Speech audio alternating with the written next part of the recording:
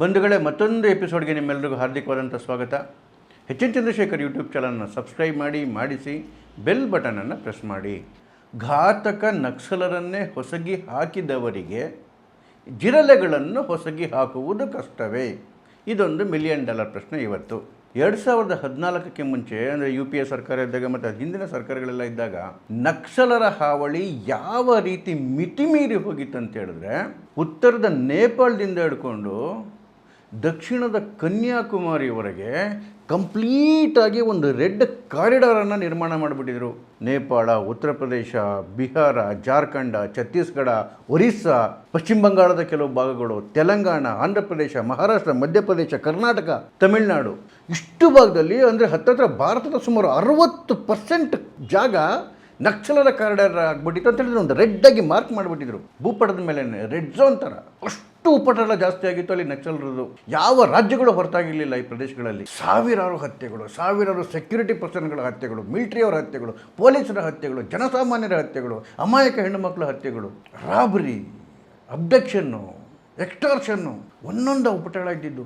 ಯಾಕೆ ಇಷ್ಟೊಂದು ನಕ್ಸಲರು ಮೆರಿತಿದ್ರು ಅಂತ ಹೇಳಿದ್ರೆ, ಅವ್ರಿಗೆ ಕೇವಲ ದೇಶದ ಒಳಗೆ ಇರ್ತಕ್ಕಂತಹ ಅರ್ಬನ್ ನಕ್ಸಲರಷ್ಟೇ ಸಹಾಯ ಮಾಡ್ತಿರ್ಲಿಲ್ಲ, ಅಥವಾ ಈ ಲೆಫ್ಟ್ ಮೈಂಡ್ಸೆಟ್ ಇರ್ತಕ್ಕಂತಹ ಈ ಕಾಂಗ್ರೆಸ್ಸಿ ಮನಸ್ಥಿತಿ ಇರ್ತಕ್ಕಂಥವ್ರಷ್ಟೇ ಹೆಲ್ಪ್ ಮಾಡ್ತಿರ್ಲಿಲ್ಲ. ಚೈನಾದ ಬಹುದೊಡ್ಡ ಸಪೋರ್ಟ್ ಅವ್ರಿಗಿತ್ತು, ವಿದೇಶಗಳ ಸಪೋರ್ಟ್ ಇತ್ತು. ಚೈನಾದಿಂದ ಬಹಳಷ್ಟು ಶಸ್ತ್ರಾಸ್ತ್ರಗಳು ಬರೋವು, ಹಣ ಬರೋದು, ಅವರನ್ನು ಕಾಪಾಡೋದಕ್ಕೆ ಕೂಡ, ಬೆಂಬಲ ಕೊಡೋದಕ್ಕೆ ಕೂಡ ಭಾರತದಲ್ಲಿ ರಾಜಕಾರಣಿಗಳ ದೊಡ್ಡ ದಂಡೇ ಇತ್ತು. ಅವ್ರಿಗೆ ಸಿಂಪಥೈಸರ್ಸ್ ಲಕ್ಷಾಂತರ ಮಂದಿ ಇದ್ದರು. ಆಗ ಪ್ರಧಾನಮಂತ್ರಿ ಆಗಿದ್ದಂತಹ ಮನಮೋಹನ್ ಸಿಂಗ್ ಅವರ ಒಂದ್ಸರಿ ಮಾತಾಡಿದ್ರು, ನಕ್ಸಲ ಉಪಟಳದಿಂದ ದೇಶ ತುಂಬ ವಲ್ನರಬಲ್ ಸ್ಥಿತಿಯಲ್ಲಿದೆ ಅಂತ ಹೇಳಿ. ಒಬ್ಬ ಪ್ರಧಾನಮಂತ್ರಿ ಬಾಯಿಂದ ಬಂದಂಥ ಮಾತು. ಅಂತಹ ನಕ್ಸಲರು, ಇಡೀ ದೇಶದ ತುಂಬ ತುಂಬಿಕೊಂಡಿದ್ದಂತಹ ನಕ್ಸಲರು, ಲಕ್ಷಾಂತರ ಸಂಖ್ಯೆಯಲ್ಲಿದ್ದಾಗ ನಕ್ಸಲರನ್ನ ಅಮಿತ್ ಶಾ ಅಥವಾ ಮೋದಿ ಸರ್ಕಾರದ ಒಂದು ಗಟ್ಟಿ ನಿರ್ಧಾರ ಯಾವ ರೀತಿ ಹೊಸಕಾಗ್ತು ಅಂತ ಹೇಳಿದ್ರೆ, ಇವತ್ತೆಲ್ಲ 1-2 ಜಿಲ್ಲೆಗೆ ಅಷ್ಟೇ ಸೀಮಿತ ಆಗಿದ್ದಾರೆ. ಅದು 1-2 ಪ್ರದೇಶಗಳಿಗೆ ಮಾತ್ರ ಸಂಪೂರ್ಣ ನಾಮಾವಶೇಷ ಆಗೋಗಿದ್ದಾರೆ. ಒಂದು ಗಟ್ಟಿ ನಿರ್ಧಾರ, ಒಂದು ಛಲ ಯಾವ ರೀತಿ ಅಂತಹ ಒಂದು ರಕ್ಕಸ ಪಡೆಯನ್ನು ನಿರ್ನಾಮ ಮಾಡಿದೆ. ಇನ್ನು ಈ ಕಾಕ್ರೋಚ್ಗಳ ಗತಿ ಏನು? ಹಾಗಿದ್ರೂ ಕೂಡ ಈ ಜಿಲ್ಲೆಗಳು ಇಷ್ಟೊಂದು ನಿಗರಾಡ್ತಿದ್ದಾವೆ ಅಂತ ಹೇಳಿದ್ರೆ, ಮೋದಿ ಆಗಲಿ ಅಮಿತ್ ಶಾ ಆಗಲಿ ಅದ್ರ ಬಗ್ಗೆ ತಲೆ ಕೆಡಿಸ್ಕೊಂಡಿಲ್ಲ ಅಂತಲೇ ಅರ್ಥ. ಯಾಕೆ ಅಂತ ಹೇಳಿದ್ರೆ, ಇವುಗಳ ಯೋಗ್ಯತೆಗಳು ಅವ್ರಿಗೆ ಭಾಳ ಚೆನ್ನಾಗಿ ಗೊತ್ತು. ಆದರೆ ಈ ಕುಣಿತಿರ್ತಕ್ಕಂಥ ಜಿಲ್ಲೆಗಳಿಗೆ ಉದ್ದೇಶ ಇದೆಯಲ್ಲ, ಅದು ದಿನ ಬದಲಾಗ್ತಾ ಹೋಗ್ತಾ ಇದೆ. ಹಾಗಾಗಿ ಯಾವುದೇ ಕಾರಣಕ್ಕೂ ಇವ್ರ ಬಗ್ಗೆ ಸಾಫ್ಟ್ ಕಾರ್ನರ್ ತೋರಿಸಬಾರ್ದು ಮತ್ತು ಲಘುವಾಗಿ ತಗೋಬಾರ್ದು ಸರ್ಕಾರ. ಪಾರ್ಲಿಮೆಂಟ್ ಎದುರುಗಡೆಗೆ ಚಳವಳಿ ಮಾಡೋಕ್ಕೆ ಬಂದಾಗ ಬಿದ್ದಿದೆ ಸಾಕಾಗಲ್ಲ, ಇವರಿಗೆ ಚೆನ್ನಾಗಿ ರುಗ್ಬೇಕು. ಯಾಕೆ ಅಂತ ಹೇಳಿದ್ರೆ, ದಿವಸ ಇವರ ವಿಷಮತೆ ಜಾಸ್ತಿ ಆಗ್ತಾ ಹೋಗ್ತಾ ಇದೆ. ನೋಡಿ, ಈ ಜಿಲ್ಲೆಗಳು ಹೆಂಗೆ ಉಟ್ಕೊಂಡ್ವು, ಕಾಂಗ್ರೆಸ್ ಜನತಾ ಪಾರ್ಟಿ ಹೇಗೆ ಉಟ್ಕೊಂತು. ಅಭಿಜಿತ್ ದೀಪ್ಕೆ ಅಂತಕ್ಕಂಥ ಅವ್ನು ಕೆಲಸಕ್ಕೋಸ್ಕರ ಅಲ್ದಾಡ್ತಿದ್ದ, ಯಾವುದೋ ಒಂದು ಕೆಲಸ ಸಿಕ್ಕರೆ ಸಾಕು ಅಂತ ಒದ್ದಾಡ್ತಿದ್ದ ಸಂದರ್ಭದಲ್ಲಿ ಸುಮ್ಮನೆ ಒಂದು ಹ್ಯಾಂಡ್ಲಲ್ಲಿ, ಸುಮ್ಮನೆ ಒಂದು ಸೋಷಿಯಲ್ ಮೀಡಿಯಾ ಹ್ಯಾಂಡಲ್ಲಿ ಕಾಕ್ರೋಚ್ ಜನತಾ ಪಾರ್ಟಿ ಅಂತ ಸುಮ್ಮನೆ ಒಂದು ಹುಟ್ಟಾಗ್ದ.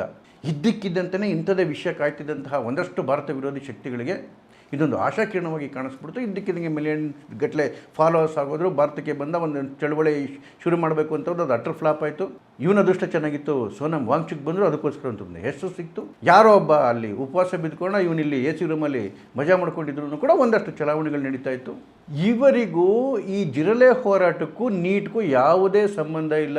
ಮತ್ತು ನೀಟ್ ಯಾಕೆ ಇಟ್ಕೊಂಡ್ರು ಅಂತ ಹೇಳಿದ್ರೆ, ಏನೊಂದು ಸುಮ್ಮನೆ ಒಂದು ಸೋಷಿಯಲ್ ಮೀಡಿಯಾ ಹ್ಯಾಂಡಲ್ಲಿ ಬಿಟ್ಟಿದ್ದ, ಅದಕ್ಕೆ ಇದ್ದಕ್ಕಿದ್ದಂಗೆ ಫಾಲೋವರ್ಸ್ ಸಿಗೋಕ್ಕೆ ಶುರು ಮಾಡಿದ್ರು. ಅದನ್ನು ಕ್ಯಾಪಿಟಲೈಸ್ ಮಾಡೋಕ್ಕೆ ಯಾವುದಾದ್ರು ಒಂದು ವಿಷಯ ಬೇಕಿತ್ತು. ಕರೆಕ್ಟಾಗಿ ಅದೇ ಸಂದರ್ಭದಲ್ಲಿ ನೀಟ್ನ ಒಂದು ದುರಂತ ನಡೀತು.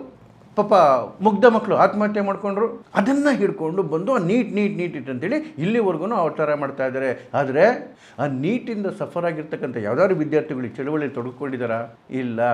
ಯಾಕೆ ಇದನ್ನು ಘಂಟಾಘೋಷವಾಗಿ ಹೇಳ್ಬೋದು ಅಂತ ಹೇಳಿದ್ರೆ, ನೋಡಿ, ಯಾರು ನೀಟಿಗೆ ರೆಡಿ ಆಗೋರು, ಮುಂದೆ ಡಾಕ್ಟರ್ ಆಗ್ತಕ್ಕಂಥ ಕನ್ಸ್ಕೊಂಡಿರೋರು, ರೋಗಿಗಳನ್ನ ಶುಶ್ರೂಷೆ ಮಾಡಬೇಕು ಅಂತ ಕನ್ಸ್ಕೊಂಡಿರೋರು, ಸಮಾಜ ಸೇವೆ ಮಾಡಬೇಕು ಅಂತ ಕನ್ಸ್ಕೊಂಡಿರೋರು, ಈ ದೇಶವನ್ನು ಕಟ್ಟಬೇಕು ಅಂತ ಕನ್ಸ್ಕೊಂಡಿರೋರು, ಈ ದೇಶವನ್ನು ಆರೋಗ್ಯವಾಗಿ ಇಡಬೇಕು ಅಂತ ಕನ್ಸ್ಕೊಂಡಿರೋರು, ಇಂತಹ ನೀಟ್ ವಿದ್ಯಾರ್ಥಿಗಳು ಯಾರಾದರೂ ಬಂದು ಸಂಸತ್ನ ಮುತ್ತಿಗೆ ಹಾಕೋಕ್ಕೆ ಪ್ರಯತ್ನ ಪಡ್ತಾರಾ? ಇಂತಹ ವೈದ್ಯರಾಗ್ತಕ್ಕಂಥ ಕಲ್ಸ್ಕೊಂಡಿರೋ ಯಾರಾದರೂ ವಿದ್ಯಾರ್ಥಿಗಳು ಬಂದು ಪೊಲೀಸರಿಗೆ ಕಲ್ಲಲ್ಲಿ ಹೊಡಿತಾರ? ರಸ್ತೆಯಲ್ಲಿ ನಿಂತಿರೋ ಅಮಾಯಕರ ಕಾರ್ಗಳಿಗೆ ಬೆಂಕಿ ಇಡ್ತಾರ? ಅಥವಾ ಭಾರತದ ಒಂದು ಉಜ್ವಲವಾದ ಭವಿಷ್ಯವಾದಂತಹ ಹೈಡ್ರೋಜನ್ ಟ್ರೈನ್ಗೆ ಕಲ್ಲಿಸಿತಾರೇನ್ರಿ ಯಾರಾದರೂ ಡಾಕ್ಟರ್ ಆಗಬೇಕು ಅಂತೇಳೋರು? ಹಾಗಾದರೆ ಈ ಅನಾಚಾರಗಳನ್ನೆಲ್ಲ ಮಾಡಿದವರು ಯಾರು?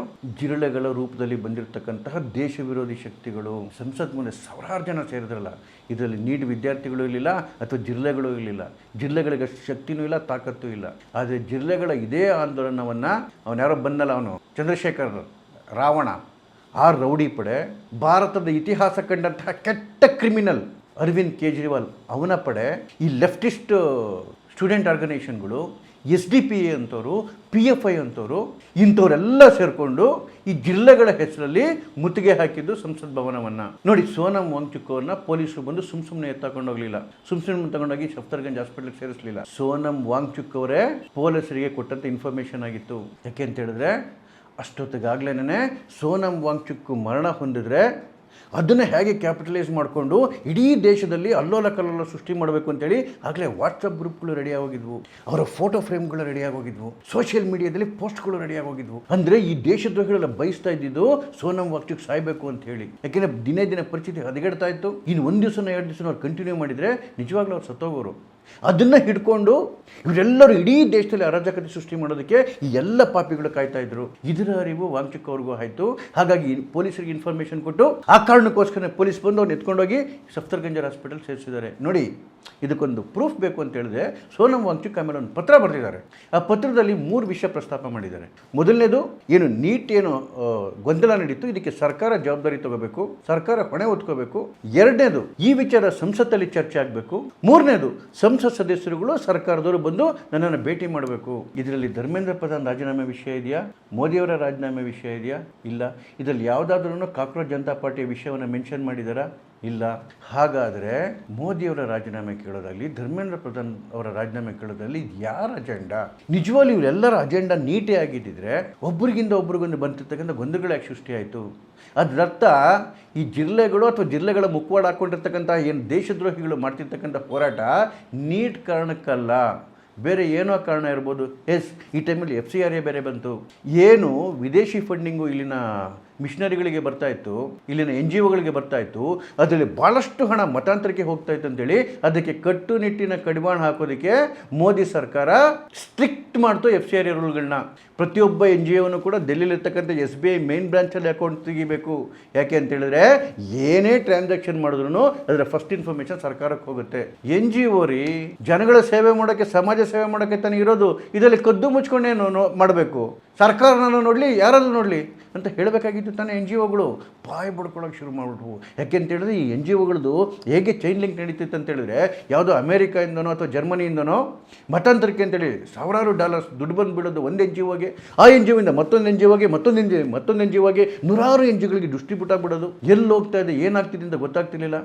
ಕ್ಯಾಶ್ನೇ ಡ್ರಾ ಮಾಡಿಬಿಡೋರು ಡೆಬಿಟ್ ಕಾರ್ಡ್ ಉಪಯೋಗಿಸ್ಕೊಂಡು. ಯಾವಾಗ ಇದಕ್ಕೆ ಕಡಿವಾಣ ಬಿತ್ತು, ಯಾವಾಗ ಸಾಫ್ಟ್ವೇರ್ ಅಪ್ಡೇಟ್ ಆಯಿತು, ಇವೆಲ್ಲವನ್ನು ಹಿಡಿದು ಹೆಡೆಮುರಿ ಕಟ್ಟೋದಕ್ಕೆ ಇಡೀ ಮತಾಂತರ ಮಾಫಿಯಾ ತಲ್ಲಣಗೊಂಡೋಯ್ತು. ನೋಡಿ, ಅವನು ಅಮೆರಿಕದಿಂದ ಓಡಿ ಬಂದಿದ್ದ ಮಾರ್ಕೋ ರೂಬಿಯೋ ಬಂದವ್ರು ಯಾರನ್ನು ಮೀಟ್ ಮಾಡಿದ? ಫಸ್ಟ್ ಅವನು ಹೋಗಿ ಅಲ್ಲಿ ಮದರ್ ತೆರೇಸಾ ಫೌಂಡೇಶನ್ನ ಅಫಿಷಿಯಲ್ಗಳನ್ನ ಮೀಟ್ ಮಾಡ್ತಾನೆ ಹೋಗಿ ಚರ್ಚಲ್ಲಿ. ಟ್ರಂಪ್ ಕೂಡ ಪರದಾಡ್ಬಿಟ್ಟವ್ರಂತೆ ಇಂಡಿಯಾ ಈ ರೂಲ್ಸ್ ತಂದ ಮೇಲೆ. ಆದರೆ ಮೋದಿಯವರು ಸರಿಯಾಗಿನ ತಪ್ಕಾರಿ ಕೊಟ್ಟರು ಟ್ರಂಪ್ಗೆ. ಯಾವ್ಯಾವ ಫೌಂಡೇಶನ್ಗೆ ಎಲ್ಲೆಲ್ಲಿಂದ ದುಡ್ಡು, ಎಲ್ಲೆಲ್ಲಿಂದ ಅಮೆರಿಕನ್ ಯಾವ್ಯಾವುದಕ್ಕೆ ಹೋಗಿದೆ ಅಂತೇಳಿ ಕಂಪ್ಲೀಟ್ ಲಿಸ್ಟ್ ಹಿಡ್ಕೊಂಡು ಹೋಗಿ ಕೂತಿದ್ರು.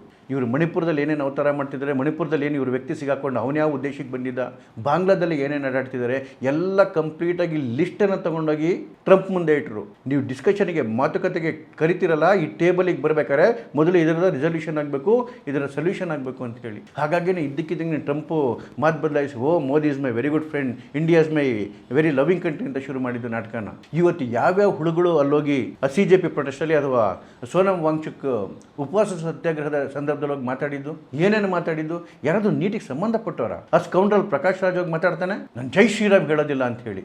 ನೀಟ್ಗೂ ಜೈ ಶ್ರೀರಾಮ್ಗೂ ಏನ್ರಿ ಸಂಬಂಧ? ಇನ್ನೊಬ್ಳು ಯಾರೋ ಒಬ್ಳು ಹೋಗಿ ಅಲ್ಲಿ ಹೇಳ್ತಾಳೆ, ಅಲ್ಲಾ ತೇರೆ ನಮ್ಮ ಸದಾರ ಹೇಗ ಅಂತೆ. ಇನ್ನೊಬ್ಬ ಅವನು ಕಾಮಿಡಿಯನ್ ಬಫೂನು ಕುನಾಲ್, ಅವನು ಹೇಳ್ತಾನೆ, ಸೀತಾ ಕ ಪತಿ ಕಿ ಬಾತ್ ಚೋಡ್ ದಿ ಹೈ, ಅಭಿ ನೀತಾ ಕೆ ಪತಿ ಕೆ ಬಾರೆ ಮೇ ಸೋಚ್ ರಹೆ ಸರ್ಕಾರ ಅಂತೇಳಿ. ರಾಮನ ವಿಚಾರ ಯಾಕೆ ಇರಬೇಕು ಈ ಸ್ಕೌಂಡಲ್ಗಳಿಗೆ? ಹೀಗೆ ದಿಕ್ಕು ತಪ್ಪಿ, ದಿಕ್ಕು ಕೆಟ್ಟಿ, ದಿಕ್ಕಾಪಾಲೋಗಿದ್ದಂತಹ ಚಳುವಳಿ ಸಂಸತ್ ಮುಟ್ಟಕ್ಕೆ ಹಾಕೋ ಮಟ್ಟಕ್ಕೆ ಹೋಗುತ್ತೆ ಅಂತ ಹೇಳಿದ್ರೆ, ಅಲ್ಲಿದ್ದವ್ರು ಎಷ್ಟು ಜನ ನೀಟ್ನ ಸಂತ್ರಸ್ತರಿದ್ರು? ನಾಟ್ 150. ಅದು ಅವರು ಇದ್ರೋ ಇಲ್ವೋ ನನಗೆ ಗೊತ್ತಿಲ್ಲ. ದೇಶದ್ರೋಹಿಗಳು ತುಂಬಿಕೊಂಡಿದ್ದಾರೆ ಅದರೊಳಗಡೆಗೆ. ಅವ್ರನ್ನ ಸುಮ್ಮನೆ ಲಾಠಿ ಚಾರ್ಜ್ ಮಾಡಿ ಬಿಟ್ಟಿದ್ದು ತಪ್ಪು ಅನ್ಸ್ಬಿಡುತ್ತೆ. ದೆಹಲಿ ಪೊಲೀಸರು ಮಾಡಿದ್ದು ಚೆನ್ನಾಗಿ ಹಾಕೊಂಡು ರುಬ್ಬೇಕಿತ್ತು. ಆದರೆ ಕತೆ ಇನ್ನೂ ಮುಗಿದಿಲ್ಲ, ಫುಲ್ ಸ್ಟಾಪ್ ಇಟ್ಟಿಲ್ಲ. ಸುಮಾರು 70 ಜನರ ಮೇಲೆ FIR ಆಗಿದೆ. ಇನ್ನು ಹುಡುಕೊಂಬಂದು ಎಳ್ಕೊಂಡು ಒಳಗಡೆ ಹಾಕೊಂಡು ರುಬ್ತಾರೆ. ಈ ದೇಶದ್ರೋಹಿಗಳಿಗೆ ಎಂತ ಗತಿ ಕಾಣಿಸ್ಬೇಕು ಅಂತ ಹೇಳಿದ್ರೆ, ಇನ್ನೊಂದ್ಸರಿ ದೇಶದ ವಿರುದ್ಧ ಯೋಚನೆ ಮಾಡೋಕ್ಕೂ 1000 ಸರಿ ಯೋಚನೆ ಮಾಡಬೇಕು. ಅದು ಮಾಡೇ ಮಾಡ್ತಾರೆ ಅಮಿತ್ ಶಾ ಅಂತ ಹೇಳ್ತಕ್ಕಂಥ ನಂಬಿಕೆ ಕೂಡ ನಮಗಿದೆ. ನಮಸ್ಕಾರ.